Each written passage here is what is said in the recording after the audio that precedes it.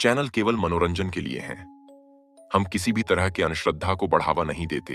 रात का अंधेरा धीरे धीरे गहराता जा रहा था। पुणे स्टेशन पर खड़ी ट्रेन धीरे धीरे यात्रियों से भरने लगी थी। यह 11:45 रात की आखिरी ट्रेन थी, जो मुंबई टर्मिनस के लिए रवाना होने वाली थी। ठंडी हवा चल रही थी और स्टेशन की पीली रोशनी में प्लेटफॉर्म कुछ ज्यादा ही वीरान और डरावना लग रहा था। राहुल, जो एक युवा पत्रकार था, इस ट्रेन में यात्रा कर रहा था। उसने हाल ही में पुणे और मुंबई के बीच चलने वाली इस रात की ट्रेन के बारे में एक अजीब अफवाह सुनी थी। लोगों का कहना था कि यह ट्रेन शापित है। कई यात्रियों ने इस ट्रेन में रहस्यमय घटनाओं का सामना किया था। कुछ ने बताया कि ट्रेन में एक सफेद साड़ी पहने औरत दिखती है, जो रहस्यमय तरीके से गायब हो जाती है। राहुल को इन भूतिया कहानियों पर ज्यादा विश्वास नहीं था, लेकिन एक पत्रकार के रूप में वह सच्चाई का पता लगाना चाहता था। वह अपनी सीट पर बैठा अपने मोबाइल में नोट्स बनाने लगा और इंतजार करने लगा कि कुछ अजीब होता है या नहीं। ट्रेन 12 बजे प्लेटफॉर्म से चल पड़ी। ट्रेन के अंदर माहौल सामान्य था।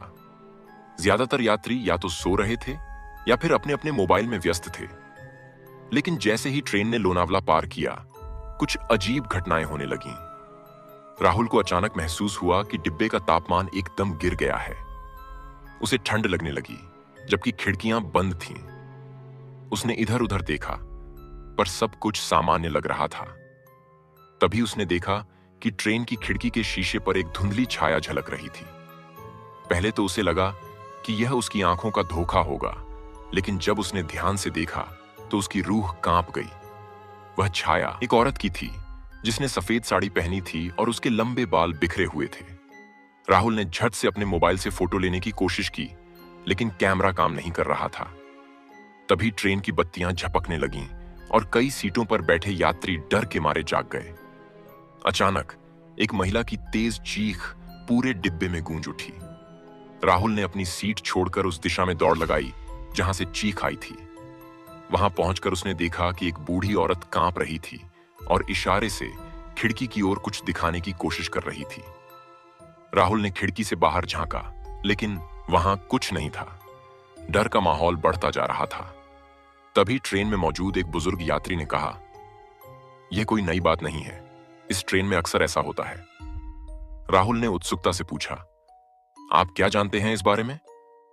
बुजुर्ग यात्री ने एक गहरी सांस ली और कहा, कई साल पहले एक नवविवाहित महिला अपने पति के साथ इसी ट्रेन से यात्रा कर रही थी। लोनावला के पास कुछ लुटेरों ने ट्रेन पर हमला कर दिया। उन्होंने महिला को लूटने की कोशिश की और जब उसने विरोध किया तो उन्होंने उसे चलती ट्रेन से धक्का दे दिया। राहुल ने घड़ी देखी। यह वही समय था जब महिला की आत्मा देखी जाती थी।